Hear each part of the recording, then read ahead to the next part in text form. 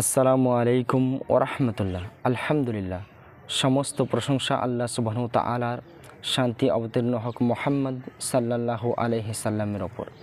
আপনাদের সম্মুখে একটি হাদিস পেশ করব। হাদিসটি হলো সহিহ মুসলিম।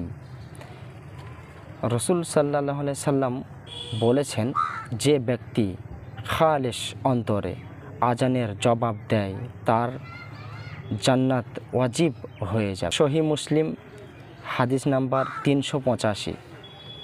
হাদিস থেকে আমরা যেটা স্পষ্ট বুঝতে পারছি, তাহলে খালিস অন্তরে মুয়াজ্জিন যখন আজান দেয়, আজানের সাথে সাথে জবাব দিলে আপনিও নেকি পাবেন এবং জান্নাতের অধিবাসী হয়ে যাবেন ইনশাআল্লাহুল আজিজ।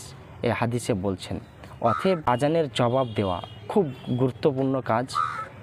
প্রত্যেক মুসলিম ভাই ও বোন সকলেই আজানের জবাব দেবেন, এতে অসংখ্য নেকির অধিকারী হবেন এবং জান্নাতবাসী হবেন আশা করছি।